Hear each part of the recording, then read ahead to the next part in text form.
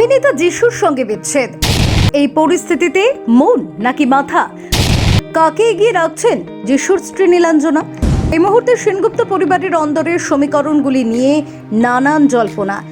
যিশু নীলাঞ্জনার সম্পর্কের সমীকরণ কোন দিকে যাচ্ছে, তার মাঝে ইঙ্গিত দিলেন অভিনেতা স্ত্রী। কি ইঙ্গিত দিলেন তিনি?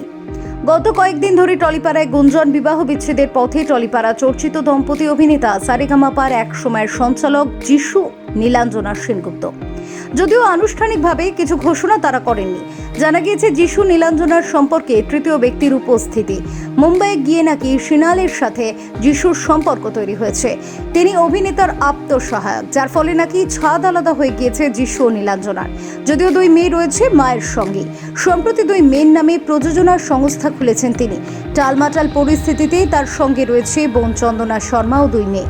সম্প্রতি সে কথা একাধিকবার উল্লেখ করেছেন নীলাঞ্জনা।